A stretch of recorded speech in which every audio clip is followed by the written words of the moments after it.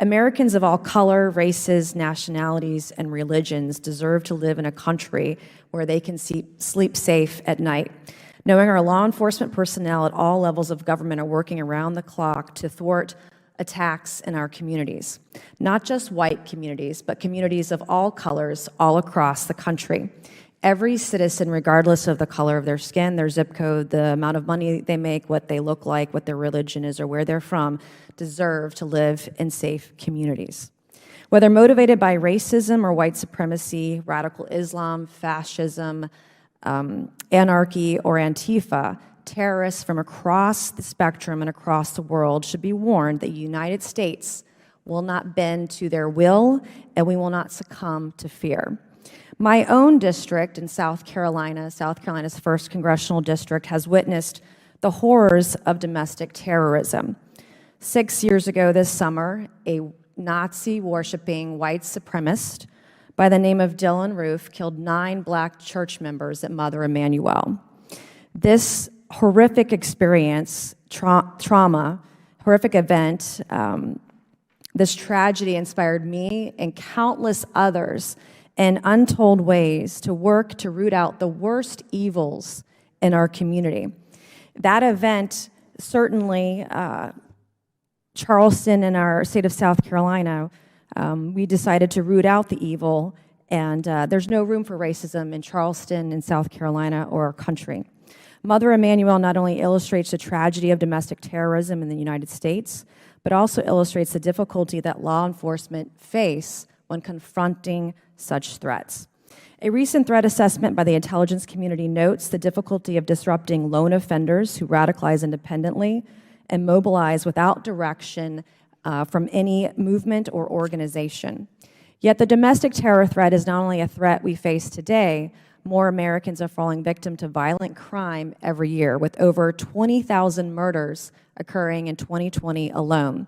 In 2021, year-to-date so far, we're up 10% over last year. And murders jumped 30% from 2019 to 2020, according to FBI statistics. Additionally, the threat of international terrorism grows by the day.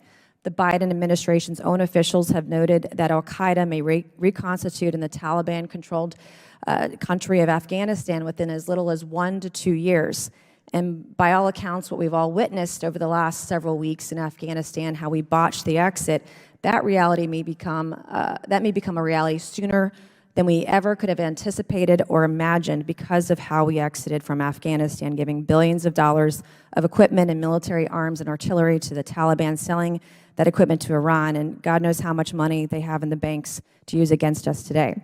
The threats we face today, whether domestic or foreign, are real, and we must ensure adequate oversight of our government's plans to detect and disrupt all of these threats. The Biden administration published its plan to combat domestic terrorism this summer. This new focus builds upon the prior administration's efforts to combat domestic terrorism, which led to a record number of domestic terrorism charges filed by the Department of Justice prosecutors in 2020. I wholeheartedly support this effort to combat domestic terrorism threats. At the same time, we must ensure we are not myopically or singularly focused on threats from within to the detriment of efforts to deter threats from without. It is also essential that any effort to combat domestic terrorism be focused on targeting and disrupting violent behaviors, and that our government not target individuals solely because of their ideologies or beliefs.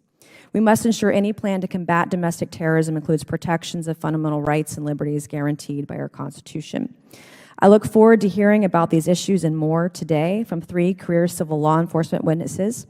I especially look forward to hearing about their efforts in collaboration with partners at the federal, state, and local level to detect, disrupt, and prosecute terrorist threats, whether foreign or domestic. Their service and that of the men and women in law enforcement working for them is a testament against the irresponsible, reckless, and dangerous defund the police rhetoric we continue to hear from some on the left today. Thank you, Mr. Chairman, and I yield back.